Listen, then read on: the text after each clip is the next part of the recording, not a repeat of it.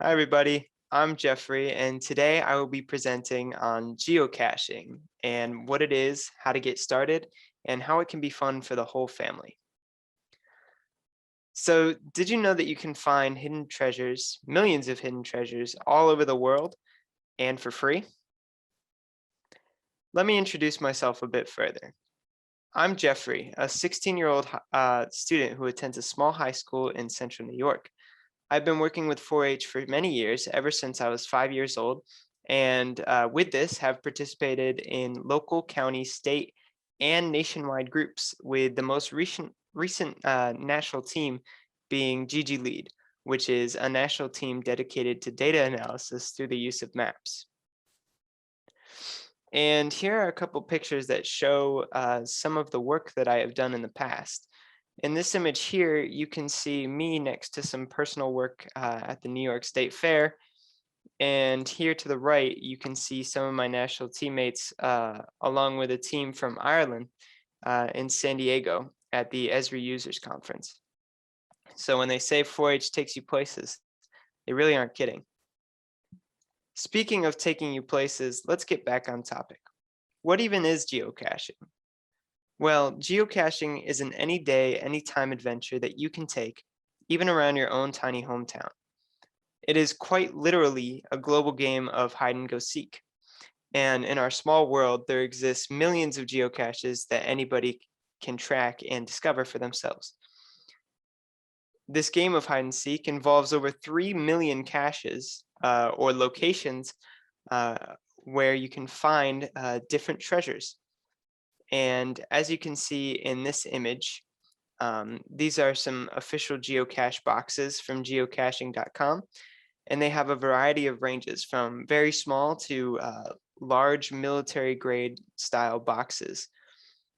And these displayed here are some small homemade caches.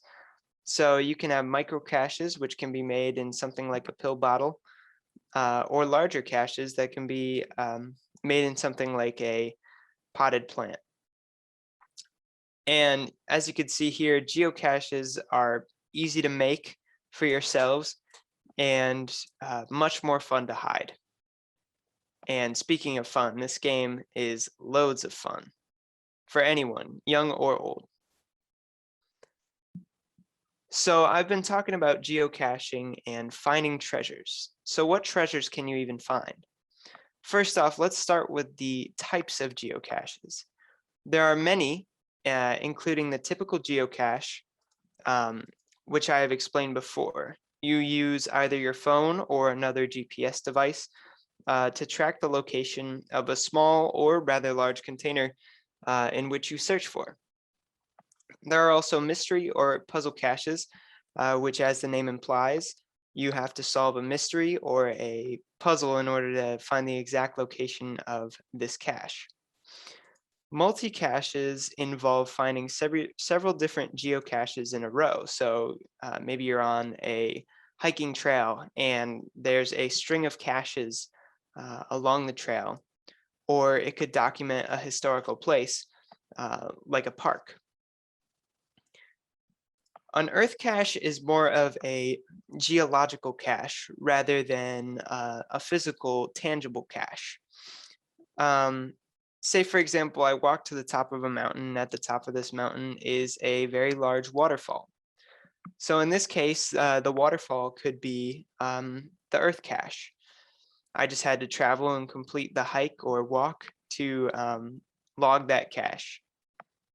There are also mega and giga event caches, which involve the gathering of tens, hundreds, or even thousands of geocachers in one location.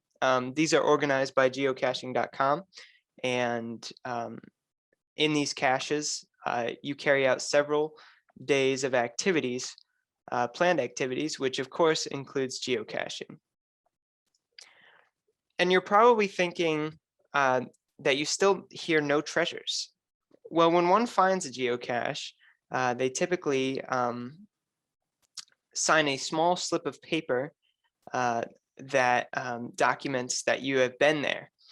And from here, if a geocacher wants to, they can place something cool that they have, given it's a larger cache thing. Even something like a cool rock that you found nearby the cache, or a small toy that you might have on hand. And all geocaches provide the journey along the way. The blind exploration of even your small hometown can prove quite interesting for each individual explorer. And for some caches, such as the Earth caches that I described previously, the view is the reward, and the journey, the adventure, is the most fun part of finding it.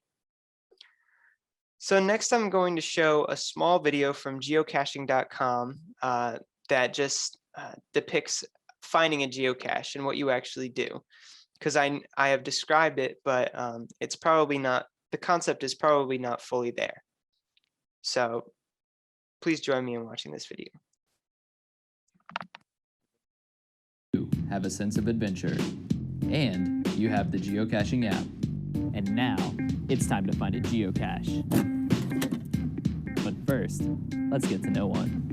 Geocaches have a name and a description, which are great places to look for clues. The geocache's difficulty rating tells you how much of a mental test it'll be.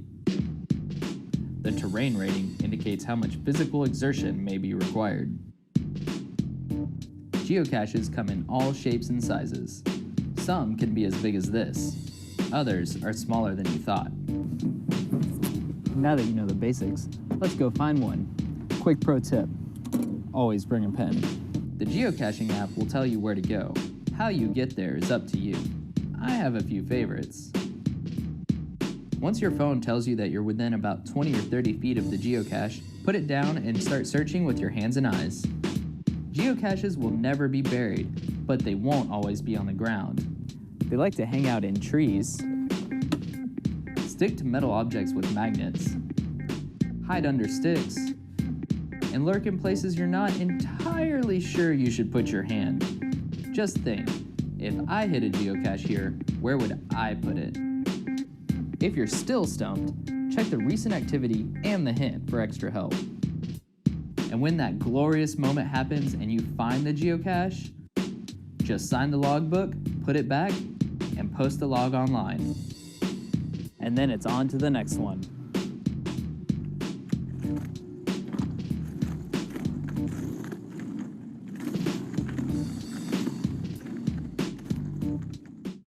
Watching this video here. And as you saw there, geocaching is very easy to do. And here's some pictures from the website and the mobile app.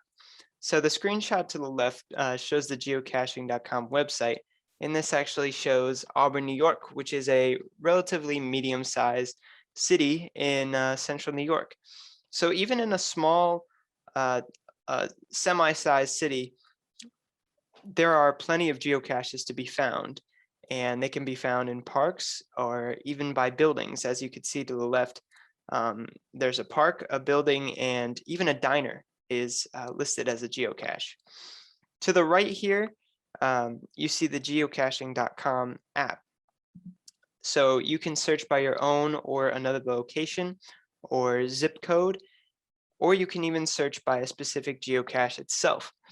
Both the app and the site are free to download and explore for yourselves, and I highly recommend taking even a look at the app, because all it takes is a couple clicks or taps and you'll be on your own way to find some treasures and get that adventure spirit flowing.